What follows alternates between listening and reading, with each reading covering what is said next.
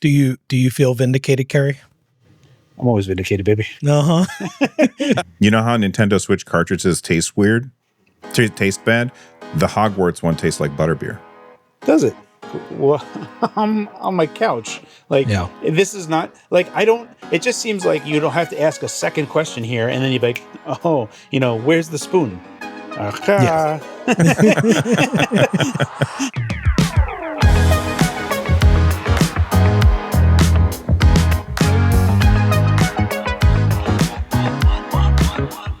Welcome back to the NerdNest podcast. It's another week, and we are one man down this week. Last week, it was me and Russ just talking about all of the gaming news.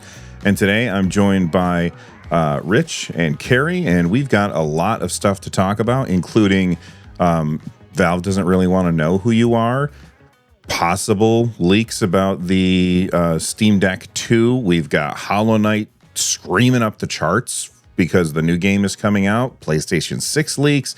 Nintendo Switch 2 can't get dev kits to anybody. There's a lot to talk about, and I didn't even hit all of them. So we got to get started. But first, I want to say hi to Rich. Rich, what have you been up to, man? How's it going?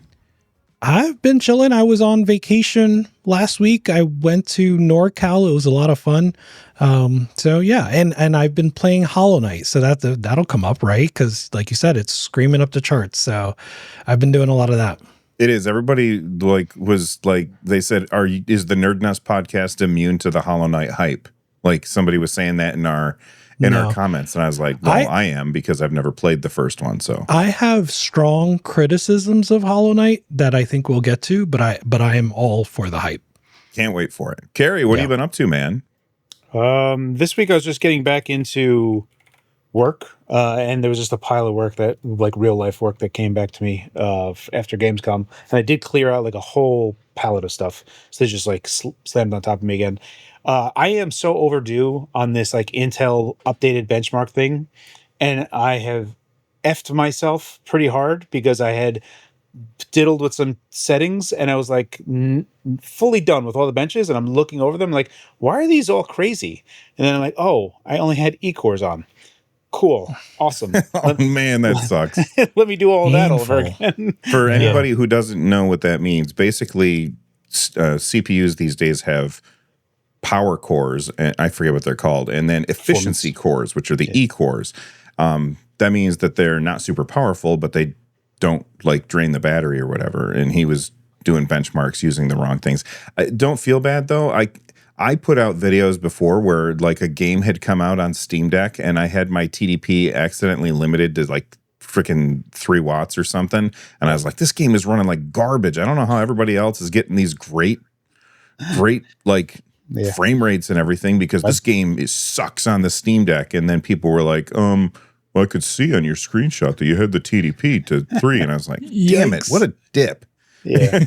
I haven't posted anything yet, but it's like I'm so far behind on this thing. And Intel, they're very nice about it. They're like, hey, so I saw the Gamescom stuff. But anyway. Like, oh yeah, I know. It's my own fault. I've been doing it this whole week and I effed myself. Yeah. We'll talk about the Gamescom stuff as well as all the other stuff too shortly. But Rich, what were you about to say? I was just going to say it's rough. Look, we talk about it all the time, but we all, the three of us at least, have jobs. So like, man, it's hard to balance that sometimes. Sometimes it's easy. We're coasting. But there are weeks, I know, Bill, this is one for you, where you're like, it's just rough. Yeah, we're coming for my day job as I'm a teacher, and like my students come back next week, and this week has been me prepping for that, and essentially I'm exhausted, but that's okay because we've got a lot of stuff to get excited about. Let's jump right in with Valve has started requesting age verification for UK Steam users. This is basically because over there, the governments have said, we need you to do this. It's now a law.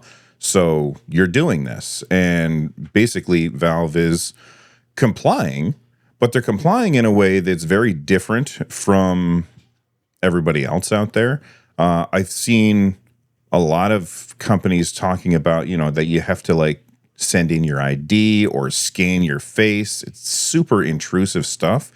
And Valve's approach is different because they're like, if you give us your credit card, well, kids can't have credit cards, so you must be over 18 if you've given us your credit card. And they said basically this process preserves the maximum degree of user privacy, which I really appreciate. Rich, what's your reaction to this? A few things. So I think this is awesome if that's true, and that's the motivation and all of that. I think one thing I want to harp on, and I'm probably going to harp on in other topics today, is that, we try to steer away from hot button topics. And here's one: politics is just life, right? Like It is. no matter what, we are going to talk about politics, even if we don't say it by name or we don't mention President Trump or whatever, right? We're gonna bump up against politics, and this is one of those instances where I think most of us, regardless of where we sit, we are aligned in that we don't like the politics that are happening right now with regard to age verification. I think most of us it's true, at least the way it's being implemented in most places, like you said. My understanding is that, each in the UK, each proprietor is basically responsible for how they do age verification, and that's what kind of has allowed Valve to go this way here. My concern is that Valve is very good about going with privacy when possible, but they're also very malleable to the law, which I understand, right? So meaning that if for some, not just the law, but also liability, if for some reason they are found to be more liable, if there's more liability risk with them doing this, I can see them changing that pretty quickly, as I feel like they've done before with instances that are similar. And so I think that they'll try their best, but they'll be malleable if market forces kind of determine that this is too risky for them for some reason. And honestly, I wouldn't blame them if they did. Like if they folded and did the same thing that like the social media websites are doing, I would be like, well, the government says that they have to. If they want to operate in that country, I mean, what would you prefer? No Steam or Steam where you have to put in your ID? And I think I would prefer to have Steam where I have to put in my ID. In a perfect world, I wouldn't have to do that at all, especially because parents should be the ones who are policing their kids and making sure that they're not buying these games and making sure that they're playing things that are okay. But I get where the law is coming from. I'm glad that Valve is saying it's almost like they didn't do anything, because you have to have a credit card to buy anything on Steam, except for free-to-play games, right? Do you need to have a credit card on file to play free games on Steam? I never thought about it. No, and technically you don't need a credit. I mean, like you can get Steam gift cards and Steam points and stuff like that. Not points, but you know what I mean. So you don't necessarily need a credit card on file to buy a game, but I imagine most people do. Gary, you just got back from Europe. Did you get your ID scanned in everywhere you went? Every website that I was going to had the GDPR type of stuff. That every website I was going to, it was just like bonk, bink, like, do you consent? Do you accept? And I'm like, I'm already here. Come on. Just like, I don't know. It's like, I get it. I totally get it. And like, there's like, how you want to filter out your stuff. But I just feel like if that's the case, a lot of that stuff should just be like, video games have done that for a while, right? Like Xbox 360 had a thing where it's like, do you like to play with right analog stick inverted or default to be up and down? And it's like, whenever I go to these websites, answer this. You don't need to ask me. Here are the things that I want. Do them. And I don't know. It just seems like there's like ways that, anyway. Yeah, there's all that. We missed our carry rants. Yeah. I feel like he's not firing on all cylinders yet. His rant was over before it started. Yeah, I get it. I totally get it, and it is what it is. It's fine. As it goes for this, Tom Warren on Twitter, he was like, Steam is celebrating my 21 years on Steam. They are asking me for my credit card to prove I'm over 18 years old. Like, I made this account 21 years ago. That should be a pretty good indication So it's like, okay, I mean, I get it is what it is. There's like lots of things like that, right? Like how old you have an account, even in that very system, should indicate something. Right. Yeah, they still ask me to say my birthday every time I want to look at Right. Every a single game time. that's rated M. Yeah. So it's along these same lines of, I guess the worry is like, well, what if someone just starts using your personal device and they're masquerading as you, and all of your settings that they don't agree to are now on them? And it's, I don't know, if you went to a website and then you agreed and then they started doing it, doesn't all those cookies and all that other stuff? I don't get it. I really don't get it. It kind of falls apart when you go like two questions deep. It is what it is. Yeah.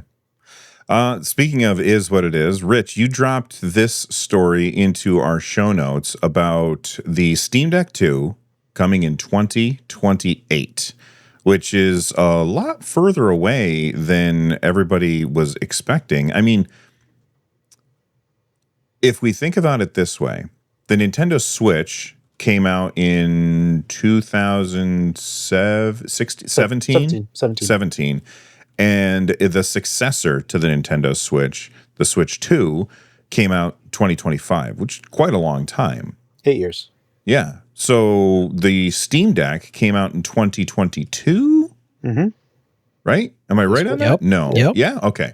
It came out in 2022, and now 2028 that's 6 years later. It's not as long as the Nintendo Switch. Rich, what do you think about that?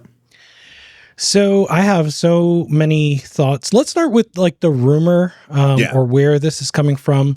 I don't know after the conversation with Wood, I don't know if this is a rumor or a leak. I don't know. I don't know what to call this. I think it's a rumor. So this is NeoGAF from a NeoGAF thread. They're talking about like the ROG Xbox Ally and the ROG Xbox Ally X. And in the thread, Kepler L2, who is a known leaker and rumor person, says Steam Deck 2 is 2028. And he says so like rather like there's no kind of question mark around this. He just throws it out there as though it's a known fact. And so this is what all the outlets are running with in terms of this now being kind of what's going to be happening. And yeah, it's a lot later than a lot of people thought. A lot of people thinking 2026, 2027, with, Valve having said that we're going to wait until a generational upgrade and not being clear about what that meant, just saying generational. And even before we get into anything else, generation means two different things for two different audiences, right? Console generation, PC generation. Those are two very different things on the scale of 5 to 10x, right? Like 1 year is a PC generation, 5 to 10 years is a console generation. So that's a big difference. Now, I guess what I want to talk about, and this is probably selfish, is I had a video idea that I was working on. I'll probably still do it.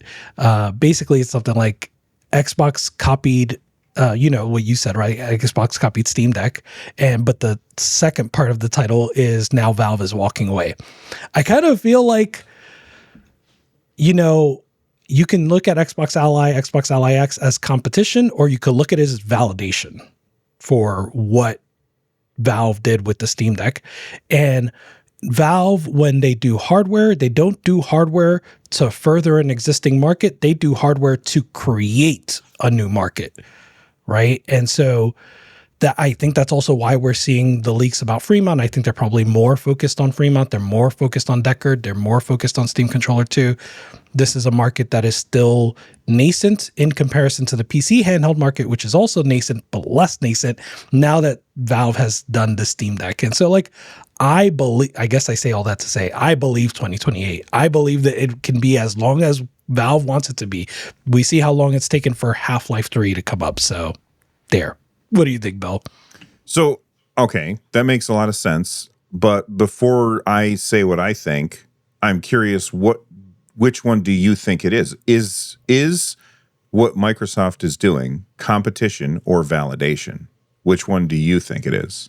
I think it's more so validation. That's not to say that Microsoft and Xbox aren't in competition with Valve. They are. But as far as just Steam Deck versus Xbox Ally, it's just validation that the PC handheld market is a real market and we want to be in there too. And it's also validation that, hey, we dropped the ball. Microsoft dropped the ball because we could have been doing all of this entire time, and we haven't. Valve did, and now we're going to follow their footsteps. So I think it's validation. I think it's both. I think, yes, everything that you said is right, but from Microsoft's perspective, they looked at what Valve is doing and they're like, this is dangerous to us. In the same way that when the Windows 8 store or Windows 8 came out and the Windows Store came out, Valve looked at them and they said, that is dangerous to us. We need to do something.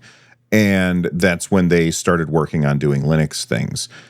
And the thing that like Russ and I talked about last week on when we were talking about, basically Microsoft is copying Valve's homework. That's the first part of your title. It feels like this is validation. That competition is good for us as the consumer because Valve gave us all of these new things that they were doing. And now Microsoft saw that and they saw that we had liked that stuff. And they said, okay, let's do that too. Microsoft, I don't think that they would be doing these things if they didn't have somebody poking the bear. And I think that that's awesome. Carrie, where are you on that? Yeah, so when it comes to validation, I think big time validation. Insofar as competition, I think that there's a lot of stuff, especially when we heard news that the real Xbox handheld was either sidelined or whatever, and then we have this kind of messy ROG Xbox Ally existence type of thing. So I feel like Microsoft got kind of like, the gauntlet like slammed on them, right? Like they did. Valve has been doing over a decade worth of work into Steam Input, Proton, GameScope, everything, right? Like they've been working on this for over a decade. Yeah. And then they were just like, here's a Steam Deck. And they were just like, oh, so that's how all of this gels together. And when I was using the Xbox experience, there's lots of things there that have that same simplicity of almost a console-like experience for a PC that the Steam Deck offers. There's also some interesting things because I would say arguably Windows has a stronger desktop component that people are used to than SteamOS has a desktop component that people don't really know how to use. Insofar as a read-only file system, how that whole thing works, they expect certain things, and when they do it, they hit a brick wall, and then like trying to tear that down. So there's lots of stuff that is not. You basically have to do everything with Flatpaks, right? So it's I don't want to say it's like hard, but it's counterintuitive to expectations when you have a typical desktop. So all of this to say is that everything that I saw is them catching up, but a lot of the questions that I asked them, I got the feeling that they don't even think Valve's approach to the Steam Deck was 100% correct. And they are, in fact, waiting for feedback on everyone's opinion on how this should work before they actually implement those. So it's like Valve and the Steam Deck do something, right? And they're like, maybe we're not like that. Maybe, and for what was the question I asked them? It was pretty much every question that it was about was like, well, we're going to wait on feedback to see what that's like. And it was something that Steam Deck had already established. So that's basically where that came. So ultimately, I feel like it is validation all the way. And yes, there is competition. I don't disagree. The competition is why this has happened. I don't think Microsoft and Windows would have done this otherwise, and they would have just leaned on Xbox the entire time. So that's pretty much where I stand, Bill. So, okay, Carrie, you said a second ago it feels like Microsoft, because you were in Germany, you were taking at Gamescom, Cologne, Germany, and you got hands-on time with the with the Xbox Ally X and whatever, and you said it felt like this is Microsoft catching up to Valve. My question to you and to Rich is, does it make sense for Valve to give Microsoft this much time to catch up if it's coming out in 2028 by the rumor? What do you think, Carrie? And then Rich. With regard to 2028, that seems very late to me. And so when the Steam Deck first came out, right, in 2022, ostensibly RDNA 3, which I knew was going to be an APU, is right around the corner. So I was like, oh, okay, next year we have RDNA 3, and there should be some uptick. But RDNA 3 really was like kind of like foundational work that didn't really do anything for anything. It's ostensibly, it was the same thing with a new name on it with some grafted on stuff. But for gaming wise, it didn't do much. RDNA 3.5 moves that needle a little bit more. We're now at RDNA 4. And RDNA 5 is next year. And RDNA 5 is what the PlayStation 6 handle is going to use, what Xbox's what all the new stuff is going to use. And that's next year, 2027. Now, the part that I find that this is weird, and maybe it's not weird, right, is that this is two approaches here, right? There's two separate ideas. Number one, we do still have Fremont, right? And Fremont, as we know at the moment, is a pretty low-end device, not very expensive, using RDNA 3. The good news about RDNA 3, it's not so much different from RDNA 2, which means all of the RADV and all the other stuff that they're already doing works. So they still have a workable component. Is it that Valve is waiting so long because newer technologies are not fully baked on their end on driver side or whatever else that they're doing? Potentially. But there was always a part of me that felt like Valve can afford to produce custom silicon, and they would benefit from it because they benefited from it already with the Steam Deck. It was the first handheld to feature RDNA 2 by multiple months, and it was sensationally cheaper even when those competitors came out. So it won in both respects. So it seems odd to me that they would choose to do something else, or that, do they not have anything there? Or are they just going to basically take whatever Z chip that AMD has, maybe the Z4 or whatever, instead of making their own chip? They're just going to be like, AMD, whatever you have, as long as it's handheld, we're actually just going to buy that from you guys. So we don't have to put the upfront cost up to make this chip because that's going to exist. I don't know, but it seems like if they don't do something custom, or if they don't leverage something else, that they are not going to have that same wow. Now in 2028, if they do make their own custom silicon, it would be like RDNA 6 or whatever, and they would be ahead of the curve, right? So then you would have a handheld that is ostensibly much better than anything else that's out. I have no idea. It just seems there's lots of ways to look at this, and I don't have any firm gut feeling one way or the other. Okay. So the question, right, is, are they giving Microsoft too much time to catch up, right? Is that what you're asking, Bill? Yeah. So thinking of two things here. One of those things is I think if they're giving up too much runway, they have already done that. That I think that threshold has actually already passed. And that threshold was SteamOS for all. So I do think they gave up way too much runway when it comes to SteamOS for all. They should have done that a lot sooner. They should have had more handhelds, either in the pot or already out, that leverage SteamOS for all. And I feel I've consistently felt that they were late to the party with that. Like, they promised that a while ago, and they just have not. All we have so far is Legion OS, really. Right. And so now they will have to fight that battle, so to speak, right? Will Xbox experience come to more handhelds faster than SteamOS comes to more handhelds?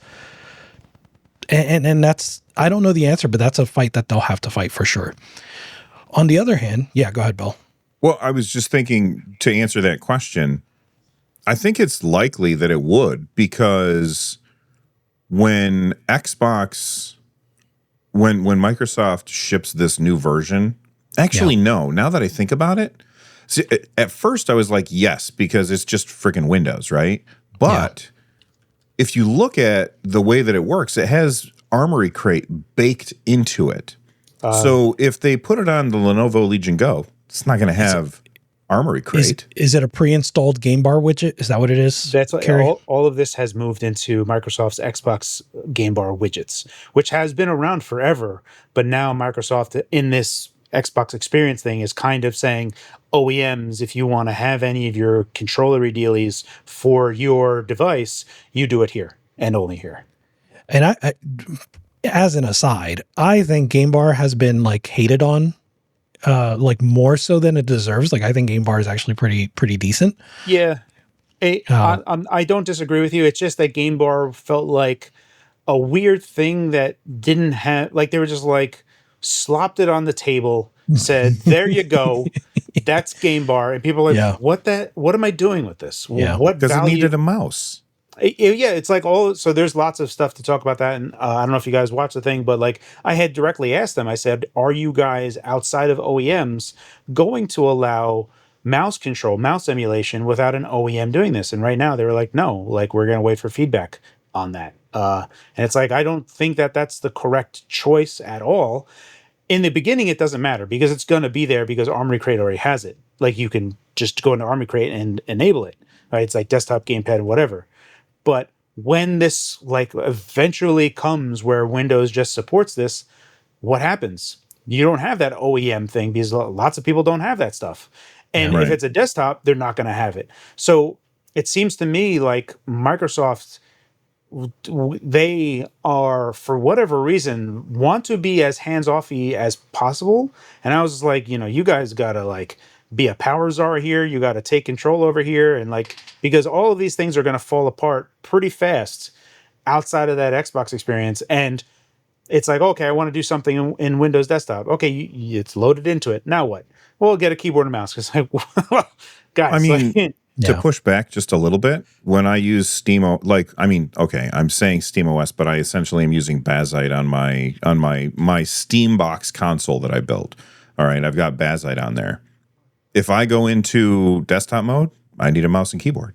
It's no different than Microsoft. But you don't. It's not necessary. Like even for like the stupid thing that I did myself, I have been able to do everything via controller. Like I just mouse emulate. I right click in the right thumbstick. It brings up a keyboard. I type in what I want with the keyboard with the controller. And to your point, it's what you said, Bill, is not exactly true, right? Like I can. And I think I did for the XR gaming plugin. I did an XR video. And when I installed the plugin, this was on a fresh Steam Deck. I did it all with just a trackpad and virtual keyboard, right? Like I went to Firefox.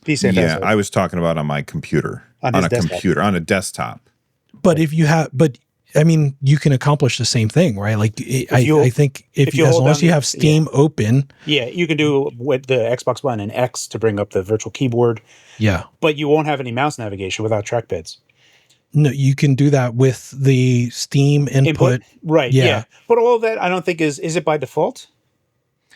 I don't know how it works on Bazite on the desktop, but you guys get what I'm saying, right? Like, I do. Yeah, it's something that needs to be solved. Like you can't just be like, here I am on my controller. Oh, I'm gonna go to the desktop, and it's just like, get out your keyboard and mouse, and you're like, well, I'm on my couch. Like, this is not like I don't. It just seems like you don't have to ask a second question here, and then you're like, oh, where's the spoon?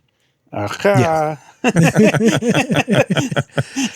So also what you're getting to, Carrie, I think leads to my second point about are they giving up too much runway, which is I think ultimately they're not. Here's why. Yeah. Valve is the underdog when it comes to operating system, right? Like Microsoft has the inertia in terms of operating system. They have the market share. Microsoft is the underdog when it comes to the store, right? Yes. Valve, Steam is the store. And so like those seem even, but if you ask me who's in a worse position, it's Microsoft, right? And I think that when you entertain the notion of SteamOS gaining more market share, Linux gaining more market share, this seems unlikely, but possible. It's been happening. Right, exactly. When you entertain the notion of Microsoft becoming the sort of dominant PC store, that seems unrealistic. Not unlikely, but unrealistic, right? Like to think that Microsoft will surpass Steam in any way, the Xbox store, right? Like that's just not That doesn't seem like something that is in the realm of reality at this point. And Microsoft knows that. That's why they have the other stores built in, or Well, yeah. the ability to use them. Go They ahead. also Right. don't allow Game Pass on Steam. Like, Yeah. They don't, right? But so like I think ultimately going back to then Valve looking to create a new market, not necessarily further an existing one, again, admitting that the PC handheld market is still nascent. I think they are a little less interested now than they were in 2021. Like they now have 5+ I think million units, right? When we think about all the other PC handhelds that have been entered into the market, right? Like these are brand new. It's nothing but gravy for Valve, who now went from, since 2020 went from 16 million concurrent users, I think, to 40+ million concurrent users. Yeah. It's crazy. Like it's insane. And, a lot of companies have grown through the pandemic and then seen the attrition since then, and Valve hasn't. They've just continued to grow. And so I don't think of Valve as the underdog in this. I don't think of Valve as like Microsoft's going to gain too much ground. I think Microsoft is helping Steam. They're also helping themselves, but I think Xbox Ally X helps Steam at least as much as it helps Xbox. Right. Yeah, I think so. I do. And the thing is like every single time I use a device for a PC, whether it's a handheld or anything else, every single time, the first thing I do is install Steam. I don't install the Epic Games Store. I don't do Game Pass stuff. The first thing I do is install Steam because I have a giant library of games that I've built up over the years, and I have access to all those. Like when the Steam Deck first came out, it's the device that launched with 100,000 games. And that's very compelling to a lot of people. Like, in fact, if Valve ever puts these things in stores, which they should, that's what they need to put on the outside of the box. Access 100,000 games on this device. Yeah.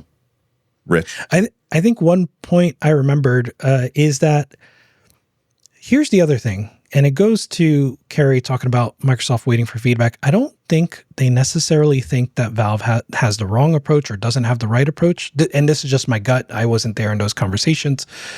I think that they're just still timid, right? Like they're still not fully invested in this. And so they're waiting to see how much money they make. That's what they're waiting to see, in my opinion, right? Like, so Valve is not doing that, even if, like they've had failures in terms of hardware in the past. So Steam Machines is the big example. And I think we all agree that Steam Deck learned from Steam Machines lessons, right? And it took 10+ years, or not really, it took 7 to 8 years for Steam Deck to come after Steam Machines, but it was clear that they were still invested in that. They were still invested in creating that new market. Whereas Microsoft is like, we're invested if the money's there. Like if people buy this without us doing too much work, then we'll do a little more work. At least that's what it feels like to me. Yeah, it seems to me like this is Microsoft's MO. They launch a product, and if it takes off, then they're like, all right. But if it doesn't take off, they are very fast to pull the ripcord. Like I imagine Microsoft is like a tandem skydiver. They jump out of the plane. They've got this person strapped to their chest. This is their new toy. And they pull the ripcord, and then they're like, well, we're sinking too fast. So they just cut the cord and the other guy just goes. Yikes. That's what they do every time. Look at the Zune, look at Skype, look at all of the things that they try. As soon as they get even the smallest bit of friction, they nope out of there fast. Yeah. And it works out for them because they got lots of money. Yeah. Insert Microsoft Grim Reaper meme. Right. Yeah. I mean, that for what it's worth, Microsoft really does have zero cool capital, and we've talked about this, but the people that they have in charge for like the only capital that they care about, those guys are doing a sensational job of just making that green money marker go up. Yeah. And it's been like you can't say that they are doing a bad job because they're making money hand over fist, right? Like if that was what they're like, what are they there for? We're here to make money. Okay. Did you do that? Yeah, we did a gangbusters. Great job, everyone. And everyone's like, yeah, but you're not cool. And they're like, what? I'm so sorry. I can't hear you over all this money. Yeah, it's unfortunate. Basically I'm in agreement. I'll just rather just tie this up. Is that I don't think that Valve honestly cares if they fall behind or if they think they're falling behind. I think that they wanted to approach this to address the handheld market because I know that they had the GPD Win and GPD Win 2 and they had those early devices. They were looking at them and they were like, boy, howdy, these things are cool. And then they came out with something that was the minimal viable product, which is the Steam Deck. We all love the Steam Deck, but we have to address that the Steam Deck is barely getting by on a lot of modern releases that are coming out today. Yeah. And everyone, when you talk about PC gaming, it's not, sub resolutions of 720p barely hitting 30 FPS. That is not PC gaming. PC gaming in everyone's mind is 60 FPS minimum, 1080p. So I feel like waiting until 2028 is also a wise move because if they can arrange whatever parts necessary to have this Uber product that is a solid part 2 that they don't even need to make a part 3 because they can't count to 3, then that's also a nice thing. It's like, okay, you get there, let's make this is the handheld that everyone will know what PC gaming is like. And like, okay. Yeah, absolutely. All right, let's move on and talk about a game that people have been waiting a very long time for. There was a live stream or a premiere event, and I sent it to my son, and then he came upstairs and he was like, oh my God, Silksong. But that's not what we're talking about. We got to talk about the original Silksong, Hollow Knight, which is a 2D side-scrolling Metroidvania style game, kind of Souls-like-ish in the way that it plays. And that game is just like an indie darling. People adore that game. But with the announcement that the sequel is coming out, is it on the 4th? Am I remembering that right? September 4th sounds correct, yes. September 4th. Well, people are like, well, I guess I better play that original one. Either they are playing it for the first time or they're replaying it in prep for it. And I know what that's like. Like my wife and I like Downton Abbey. It's a great show. We started rewatching it because the movie is coming out. And so like a lot of times when the new Marvel movie will come out, I'll go back and watch the old Marvel movie. Well, Silksong is coming out, so people are jumping in and playing Hollow Knight. And Rich, you're one of those people. I'm in this picture and I don't like it. I gotta find the picture. Go ahead. I actually do like it. Yeah. So I think I started not replaying. By the way, before I start, have you guys played Hollow Knight? Like, how long have you guys played on? I have like 8 hours into it or so. 8 hours, Bill? And yeah. 20 minutes. All right. So I want to make sure I have a baseline before I get in too deep into it. Everybody's going to yell at me. So I had about 8 hours to carry before Ally was announced, our Xbox Ally. As soon as Xbox Ally was announced, I'm like, now's my time. Let me restart this. And so I restarted. I played a bunch on the Switch 1. And so I was like, I don't want to play on a Switch anymore. So now I'm playing on Steam Deck. But at the time, I didn't want to, start from the beginning, catch back up. But I have now, and I am quote unquote stuck because I am too stubborn. I'm playing this optional part called the Fool's Coliseum, which I think is arguably the hardest combat part of the game. And I don't have all the upgrades yet, but I found this place, so I'm too stubborn to say I'm not going to finish it. I'm just going to finish it and then I'll return to the rest of the game. But so I've been playing that, and I first of all, I'm enjoying my time with it. I did open with, I have some strong criticisms. However, those criticisms come from this game being heralded as like one of the best Metroidvanias of all time. So when I say criticisms, it's like I'm thinking of this compared to my top 5 Metroidvania games or my top 5 action combat games. And I won't kind of go too deep into it since you guys haven't played it.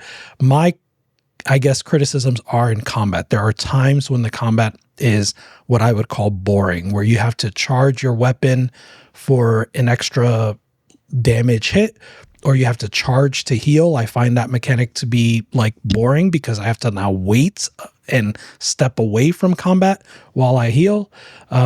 So those are my criticisms, but overall the game is a joy.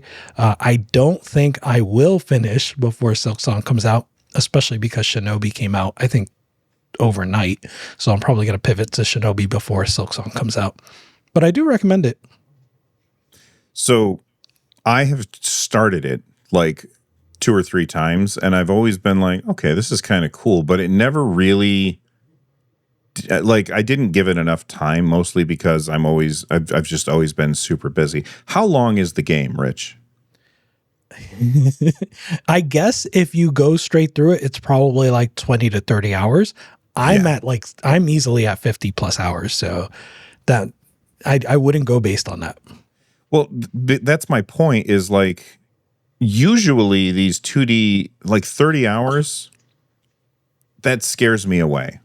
And it's like, I have a finite amount of time, and going back and playing an 8-year-old game when I have all of these new games to play just isn't super appealing to me.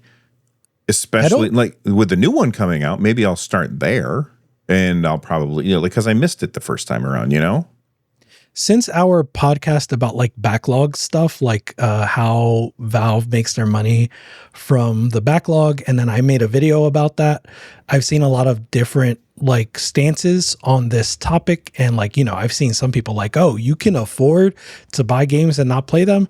And I totally understand that sentiment. But at the same time, I have recently been able to just drop the guilt, right? Like, it's okay if I buy a game. It's even okay if I never play it. I don't care. It's fine. It's not a big deal. And so for you, Bill, I would say there's nothing wrong with jumping right into Silksong. I think it is an 8-year-old game.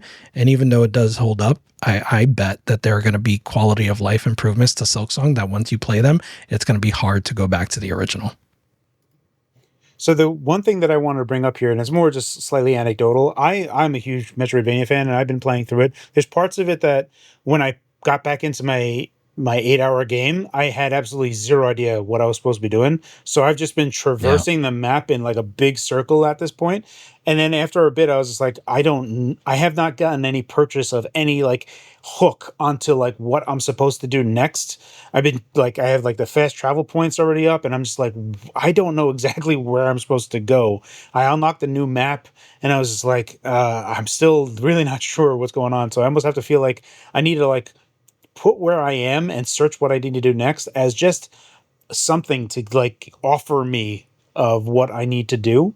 But I do really enjoy the game. I do agree with you, Rich, on everything you're saying.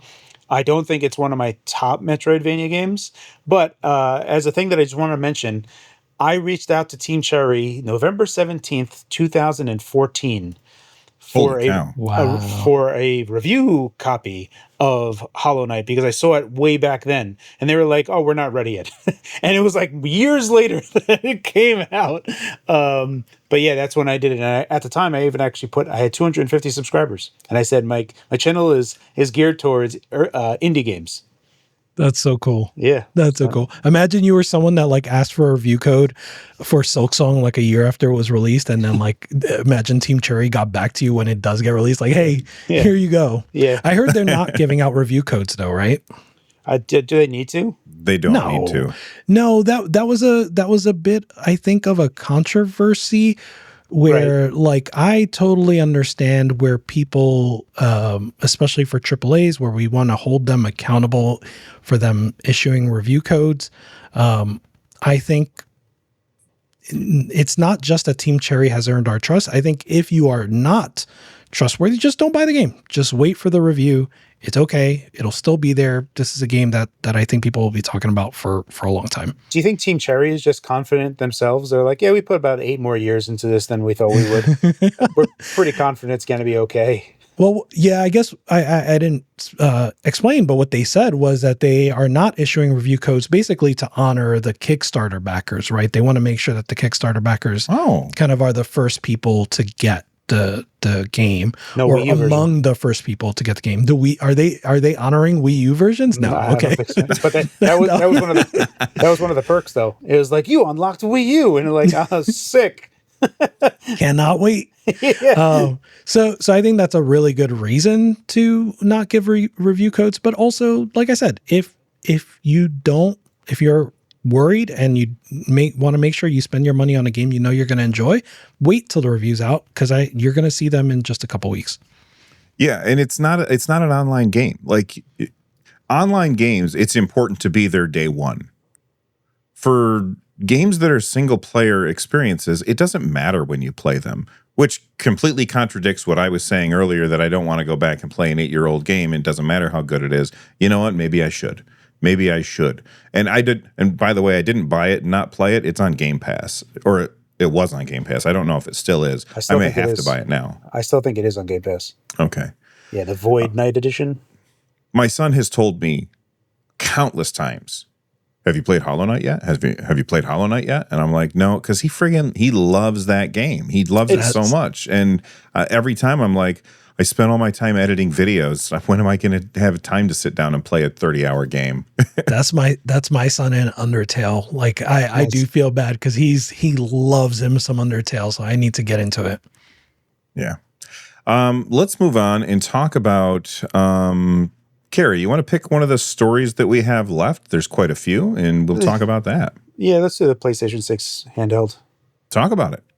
So this specific note that you have in the show notes is specifically Moore's Law is Dead talking about it, and it's a bit different than what Kepler L2, which we had already talked about earlier on this thing, had mentioned that it would be.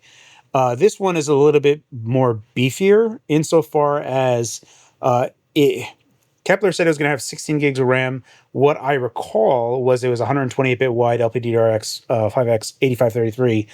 And at the time when Kepler had talked about it, it lined up better with what RDNA 5 is supposed to be, because if we're trying to hit Series S like 4 teraflop type of performance, that 128-bit would be just enough bandwidth to feed based on where RDNA 4 IPC increases, and ostensibly what the IPC increase, because it's supposed to be another 20%, what Kepler has said. So what Kepler has said is still what I have as canon in my head, and what this is that it's 192-bit wide, which is significantly more, and the RAM has significantly increased from 16 gig to 24, or now even more. And the whole thing behind that is AI purposes. And I don't know. That's a whole weird thing, right? Because computers and everything, right? Especially video games, especially game designers. I think designers of any sort would like a deterministic output of whatever they say, like, I want it to be this.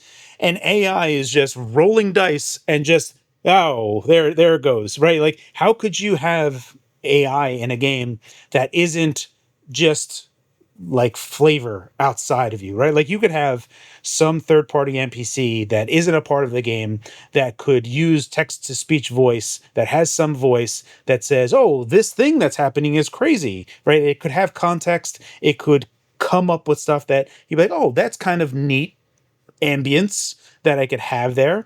But that, even with very small models, are still going to take up chunks of RAM. So is this thing that they're saying is that they're coming out with even more RAM to store the models in, and that's where you need more bandwidth, and that's where you're going to probably need more GPU, and then all of this thing starts getting crazy.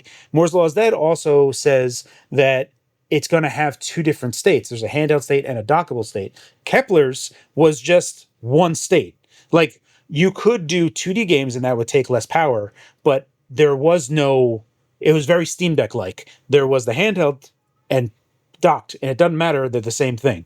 So there's a number of differences between Kepler's first thing and what this is. And really, it just gets down to how far you think that this is going to, especially with AI, which I think a lot of people find is like the new hotness. I don't know. I know. Sorry, I just got a notification. Rich, were you going to say something? Yeah, so that's interesting. I didn't know about the Kepler leak or rumors before you mentioned them, like just as we were about to start the podcast. So I didn't even know these details. I think also I'm going to be honest about AI. I didn't even catch that Tom said that at all on his video or any of the news items that followed. I guess I just like whenever I hear AI, I just don't listen to it. I tune it out because I didn't even know that was part of this. I think I certainly if Kepler's right and Moore's law is dead is wrong, which isn't one of two options. It's one of a million options, right? Right. Insert Doctor Strange holding up his finger. Right, exactly. If that's the case, I think people will be pretty disappointed after hearing those dockable rumors. I think the dockable is what got a lot of people excited, myself included, because that's a big deal, right? If they are able to nail dockable and make it something that you can play PS5 lights kind of graphics on handheld and then dock that would be amazing. So, yeah. Go ahead. I'll chime in afterwards. I think I think one of the confusing things about all of this is that it also came with PS6 Series S versus PS6 Series X rumors. And so like that seems confusing too. I understand the idea of like a console only that has parity with the handheld, and that especially made sense when we had that Xbox Series S and we were speculating about a handheld.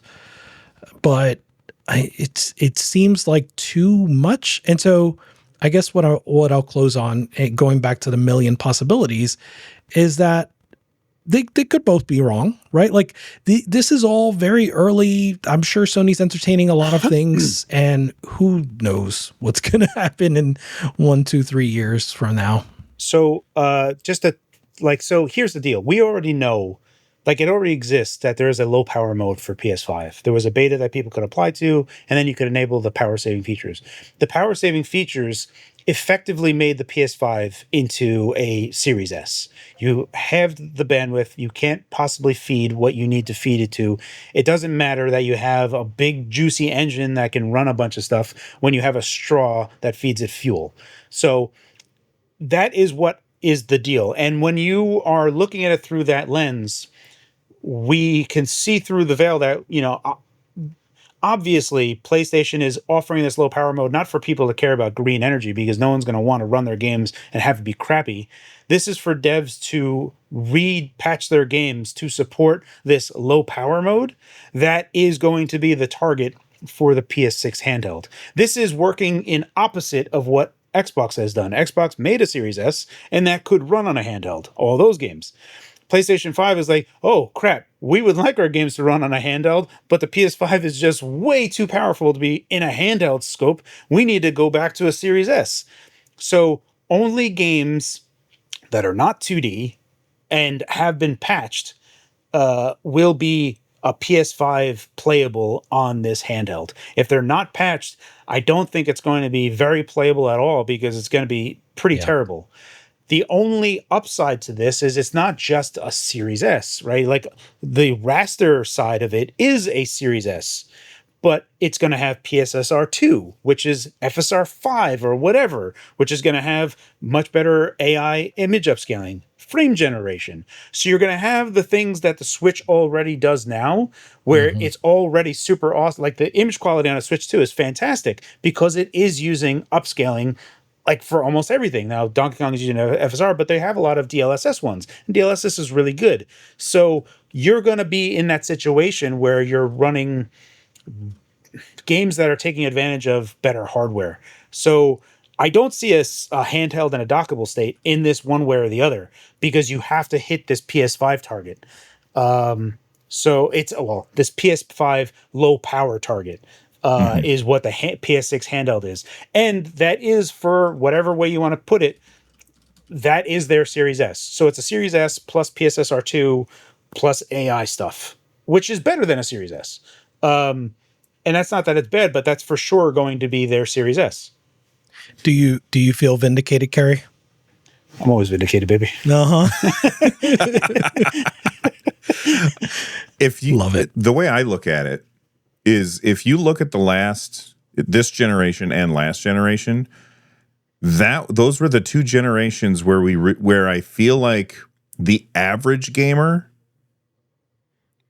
realized that power is not the end all be all of what makes a game good.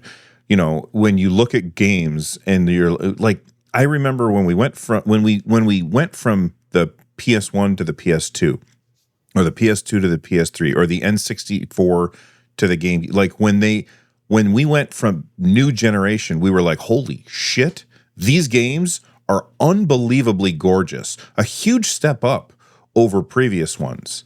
And then when we went from the PS3, or I'm sorry, the PS4, yeah. Well, then they had the PS4 Pro, and they had the Xbox One and the Xbox One X. One X, and they had this mid-gen refresh, and that mid-gen refresh made it feel like Carrie, you're really loud again.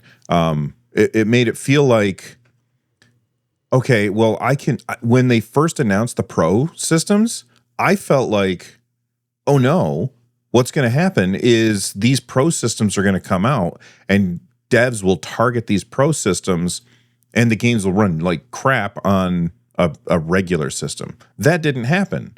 I also was worried that the devs would say, well, screw the Pro systems. If it runs on a Pro system, I gotta mute you again, Carrie. I'm hearing some kind of background noise, dude. If it runs on the main system, then it'll also run on the Pro system. So we don't have to worry about that. We could just ignore the Pro systems. And that didn't happen either. What happened is devs found a way to make their games scale for the power that they had.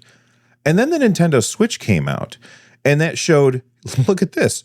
We don't have to do anything, because we're running these games on Doom 2016 running on the Nintendo Switch. Ridiculous. If you put in the work, you can make the games work. So I do think that if they do have this PS6 as a handheld running these PS5 games, I think that it's going to get snapped up off the shelves like crazy. And I don't think that it's going to be a bad thing. Carrie?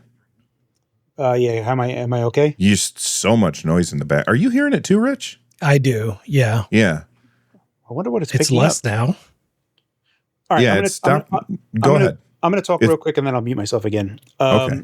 So the only thing that I want to address real quick is that we are getting closer and closer to this time where we've already lost the battle, where now we say minimum requirements to already include upscaling and frame generation. So that battle is already lost. That's insane. Which is at this point like the like future is like rastered images is just going to be this soupy mess that you would be like, what am I looking at? And AI is going to be like, oh, it's like this. And you're like, oh, I see what it's supposed to look like now.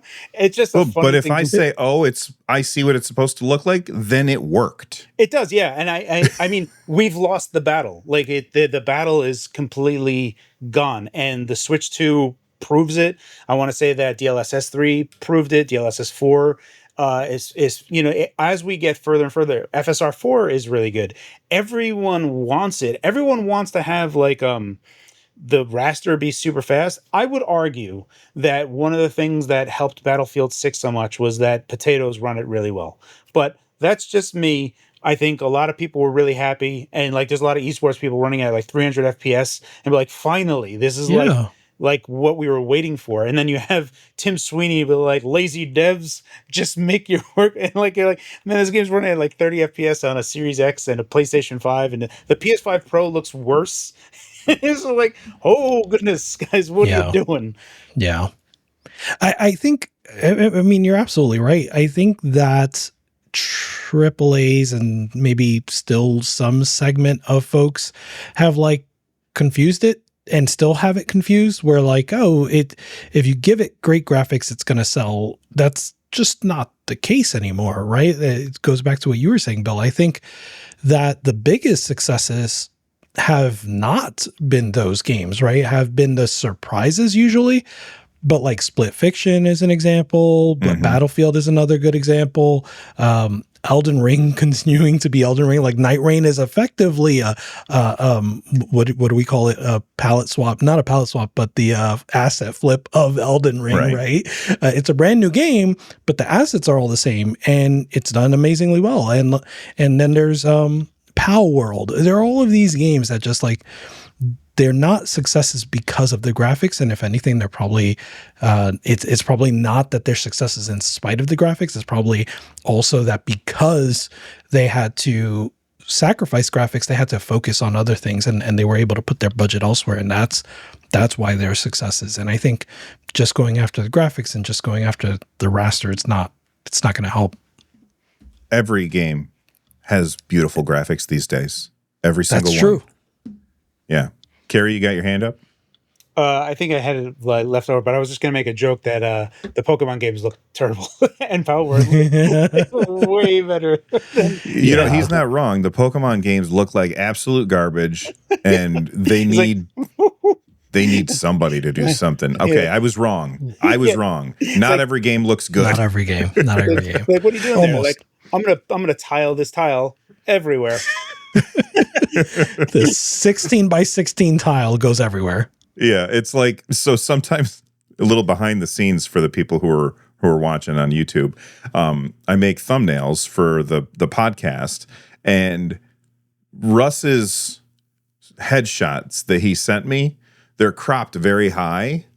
And so sometimes what I have to do is I have to duplicate him like a tile and then move him down and then blur his shirt underneath it to make it so that he's not like way lower than everybody else on the thumbnail, and it doesn't just have like him cut off at the chest.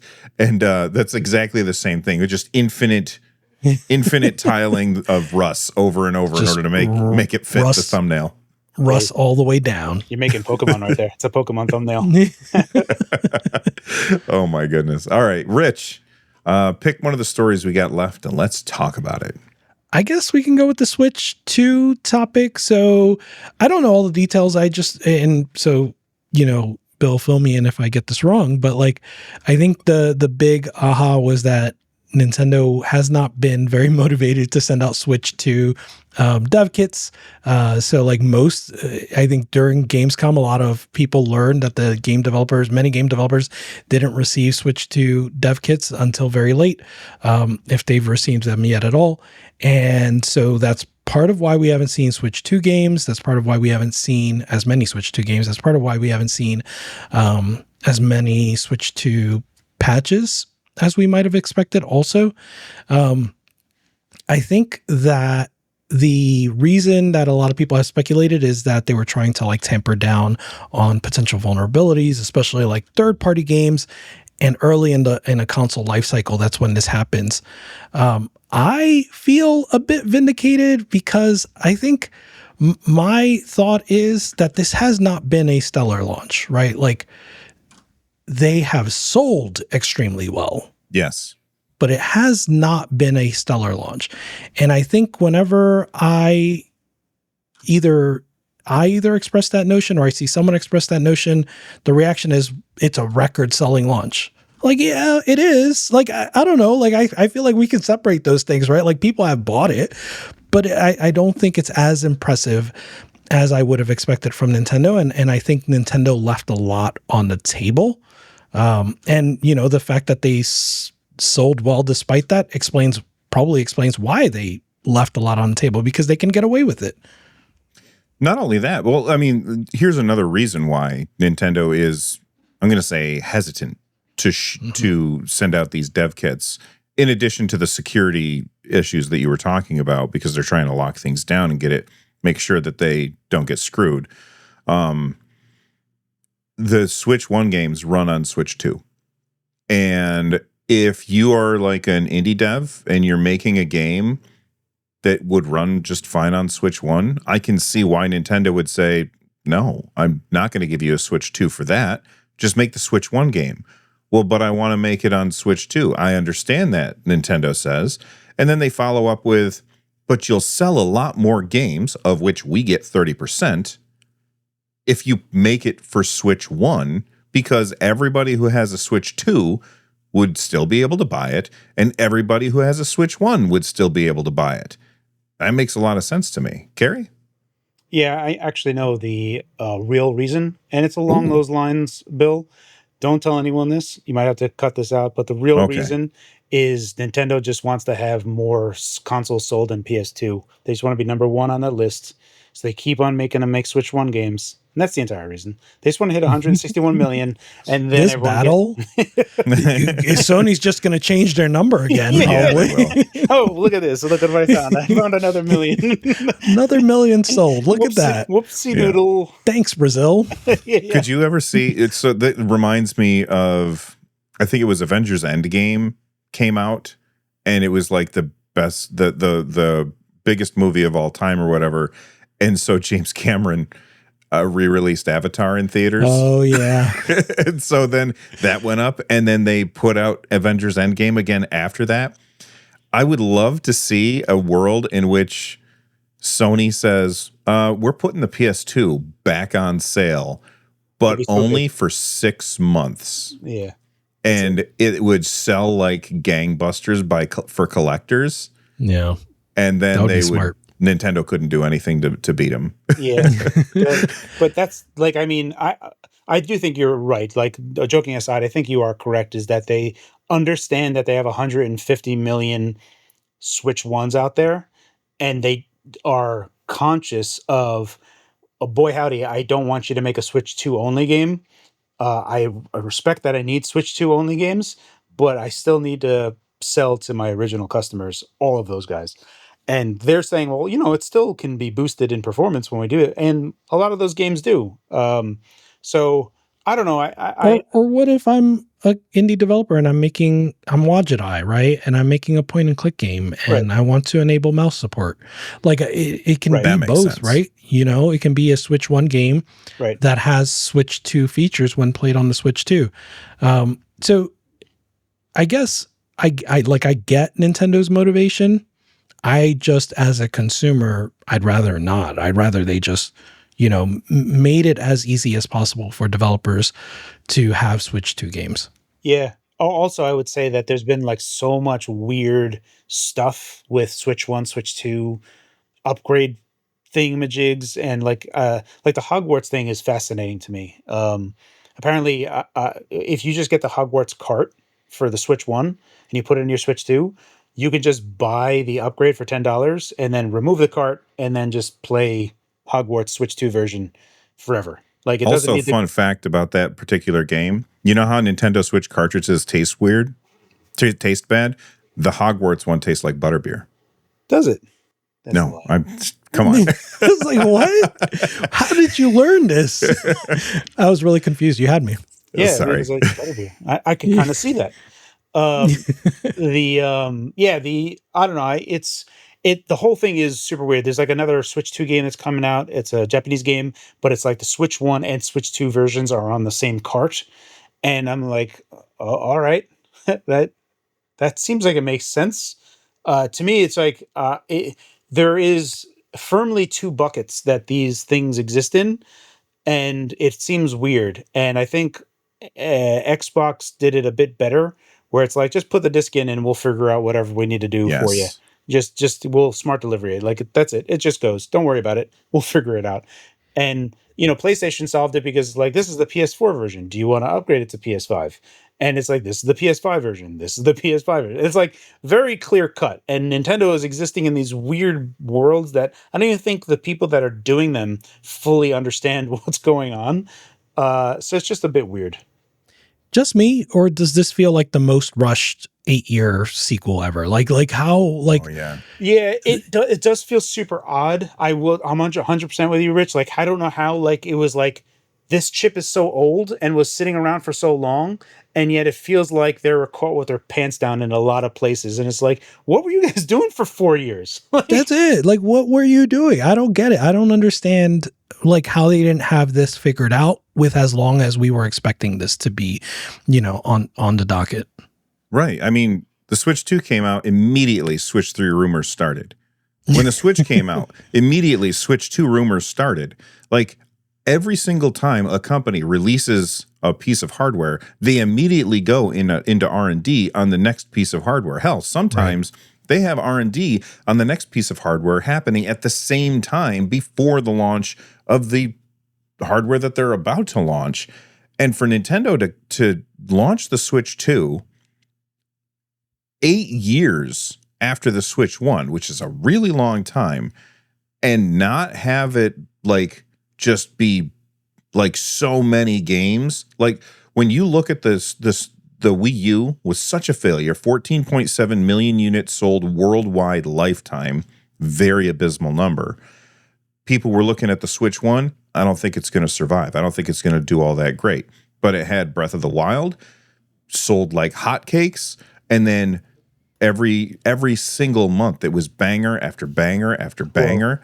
Yeah. It was that first year of the Switch was insanity. There were so many good games. How many of those were Wii U ports?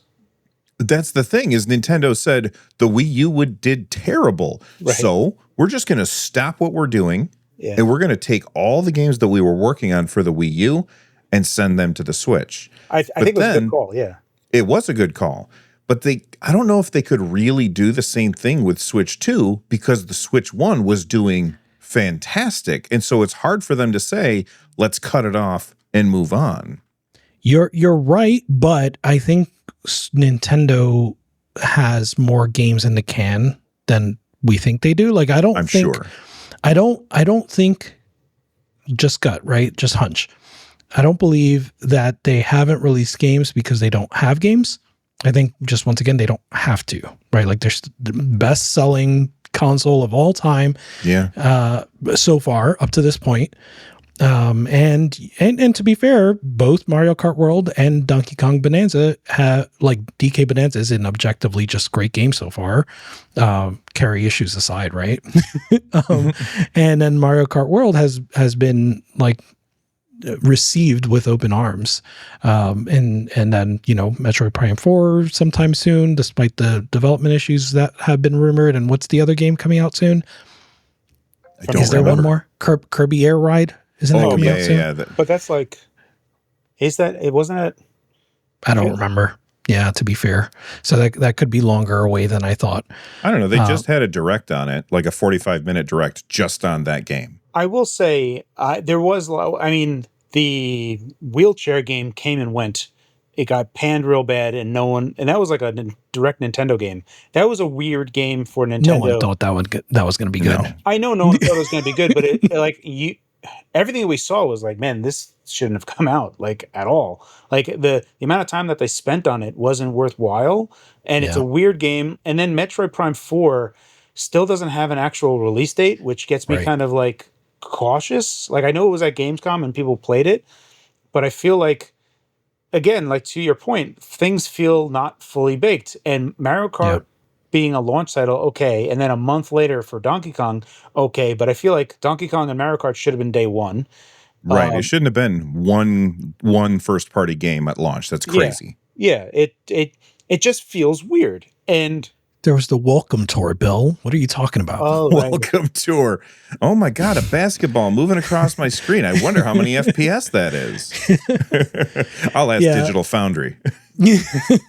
Kirby Air Riders is November 20th. So that it is soon. It feels a little further away than it should be. Like, that feels like it should be coming in September. I mean, I don't know. I would rather a Kirby Dream Course than Kirby Air Riders. Like, we haven't had a Kirby Dream Course in like the longest time. Yeah. The thing that drives me, I mean, even Sakurai was like, what? I don't know why Nintendo asked me to make this Mario Kart clone. Like, it's crazy. When they just released a Mario Kart game. Yeah. Should have been Diddy Kong Racing. People would have lost their minds for that. A game I've never played, but I've heard Everybody say it is infinitely superior to Mario Kart, which I really have a hard time believing. But it's not like I can't play it. I should definitely check it I out. think the N64 version. Go ahead. Well, you're right. The Diddy Kong Racing 60, like that was better than MK64. MK64 gets all the love for its multiplayer, but like if you wanted a single player kart racer, Diddy Kong was the one. Yeah, Diddy Kong was really banging on all cylinders with the N64. They were like the Insomniac of PS5. Just holding it up. Yeah, just Atlas, just holding it all up. I wonder if they'd change the name. If they did bring that game out, it wouldn't be Diddy Kong Racing, because, the name connotations, they probably don't want to use Diddy. Ooh, yeah. So maybe they do Dixie Kong or Crazy Kong or one of the other Funky Kong. Everybody loves Funky Kong. Funky Kong Racing would be really good. One. Yeah. Yes, Nintendo, that one's free. The next one you're paying for though.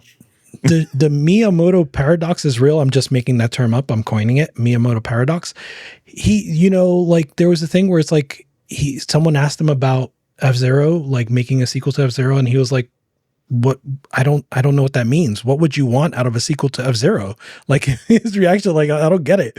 And yet, like, we have all the Mario Karts. Like, I don't get how, like, sometimes Nintendo's like, I don't want to make a sequel to that. What would that even be? But then sometimes we get like the 19th Mario Party that is the same game. Right. Hell, Mario Kart 8 Deluxe had the sequel to F-Zero built into it. Literally. Yeah, it like had the F-Zero tracks and the big blue and everything, and the music is great. Yeah. There's lots of things like that. I feel like that. Metroid is kind of the redheaded stepchild of the Nintendo IP. For whatever, they have the data, right? Maybe the data that they're looking at is like, why are we going to put all this stuff into it when we know it's just for like these 12 people? Like it's right. You got all the Earthbound guys, you got the people like, where's Mother 4, and where is this, where's that, and they're just like, we don't want to sell to 12 of you. I don't know. We're going to make another Splatoon instead. Yeah, I mean, or they're going to make a wheelchair game. Like we're putting our resources, guys. 1-2 switch. Yeah, they got in a boardroom and they said, we got what can you do with two mouses? Mice? Would you call it mice? The guys like this. I say mice. The guys like this in the What would you do with like, two of them? Wait Somebody's a second. like, well, hold on, I got an idea. Wheelchair basketball. You know what? It could have been really great, but the idea of playing a game where I'm going like this all the time, no thank you. That doesn't sound fun to me. I've never been a fan of Nintendo's waggle.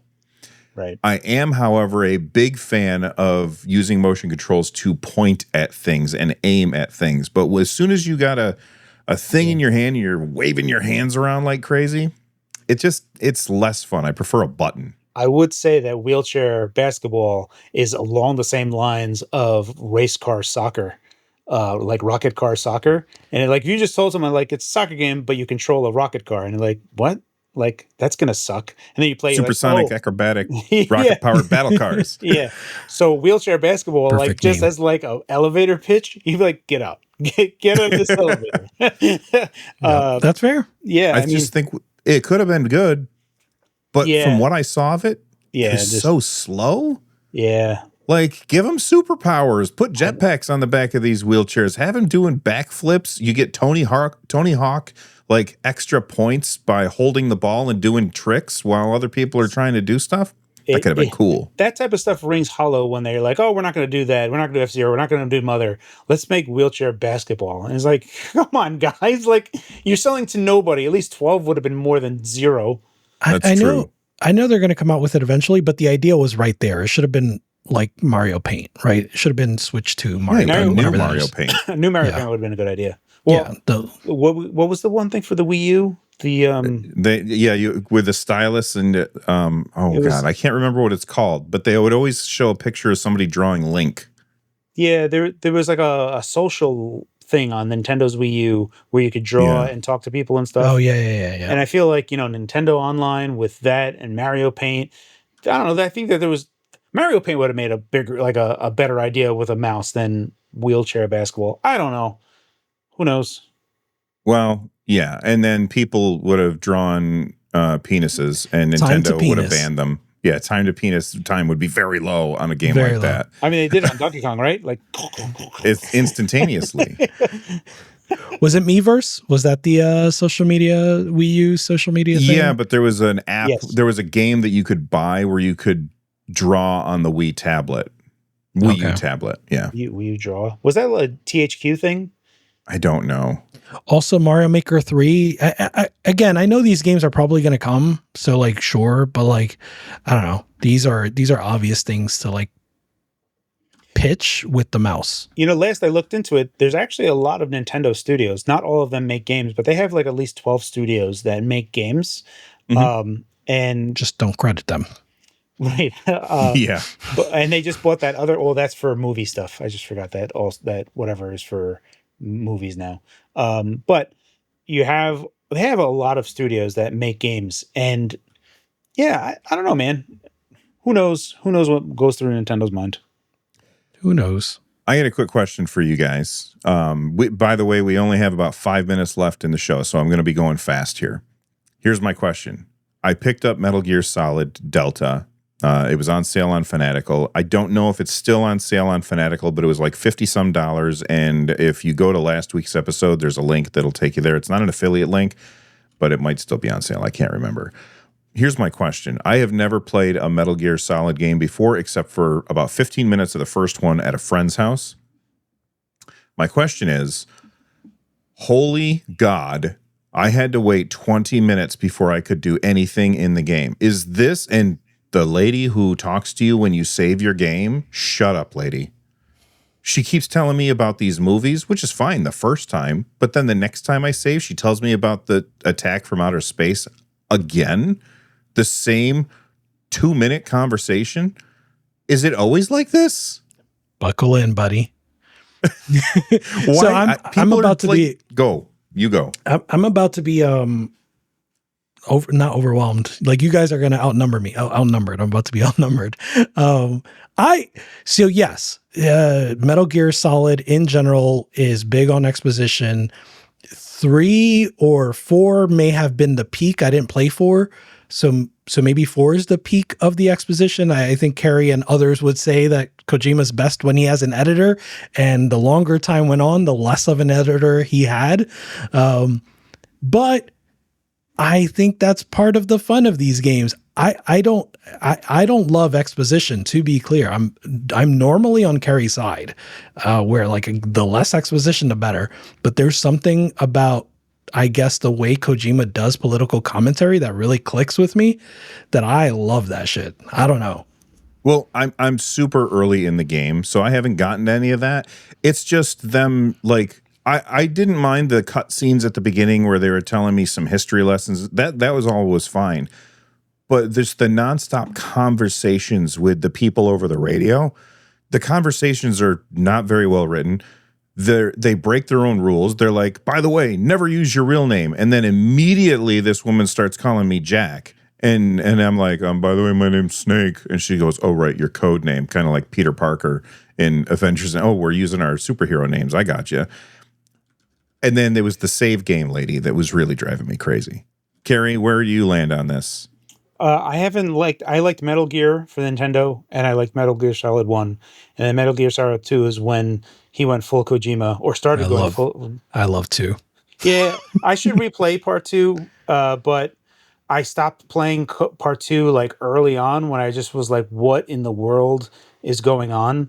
And I think 3 and 4 is just Kojima trolling all of us in a way. And be like, I mean, when people always talk about, like, to give you an idea, when people say, oh, I can't wait till Metal Gear Solid 4 is ported to this next system. And people go, what do you mean? It's already been ported to YouTube. Like, that's it gives you an idea of, you're just watching it. You're not really playing the game. You're just watching what's going on. Yeah. Metal Gear Solid 5 is where, like, it just kind of flips around and becomes an MSIM, and the exposition is down to a minimum. And like, people were like, is this game finished? Because there was no exposition. I mean, there's more reasons why people said it, were wondering whether or not this game was finished, but I feel like that's a microcosm.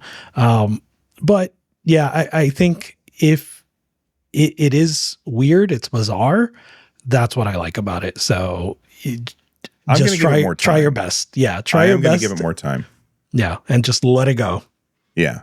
That save game lady needs to shut up. And the first time it was charming. I was like, oh wow, she's talking about these old movies. That's awesome. But then it repeats. Like once you've told it to me once, don't tell it to me again. That's like when they give you a save point right before a boss in a game, and you go into the room and then the boss has like a load of exposition and you're like, okay, cool. And then you die against the boss. And That's they- your You have to go back and you have to watch it all again, and there's no way to skip. That's very annoying. Although I will say you can skip this. Is it important?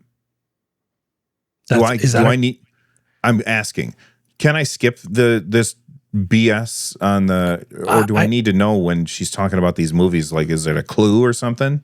I think if you feel like skipping it, you should skip it.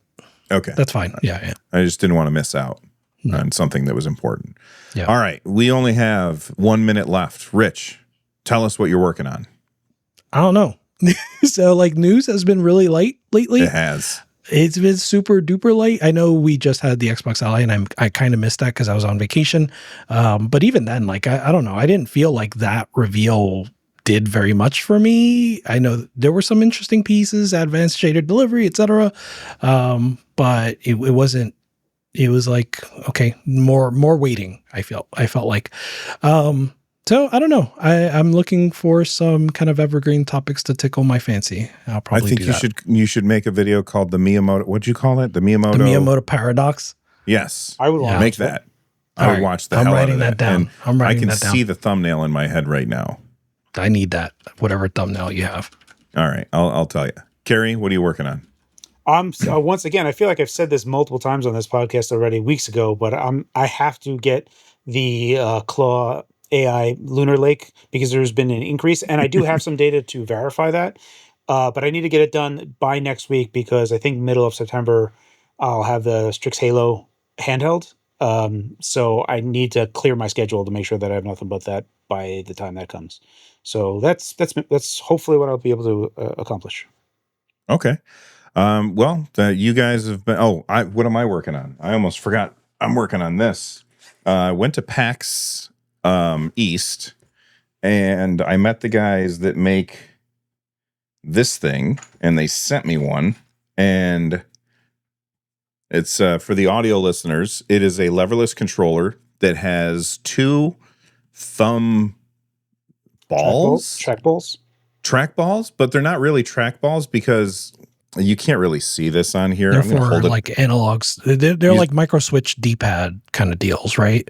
Well, no. If you look at the camera right now, you can see that the trackball ends. Can you guys see that? Mm-hmm. How it just kind of ends. So think of it as just like a thumbstick with a really big cap, and you set this flat on the desk, and you can use that to control your two sticks. But then you have your D-pad is on this part right here, and then these two buttons are your stick clicks. ABXY is right here, and then your bumpers and your triggers are right here. And this is the one that is compatible with PC and Switch. And I played it a little bit. Rich, you were telling me about you were using a leverless controller. Yes. And you were liking it for fighting games. I've been playing Marvel vs. Capcom fighting game collection. Yeah.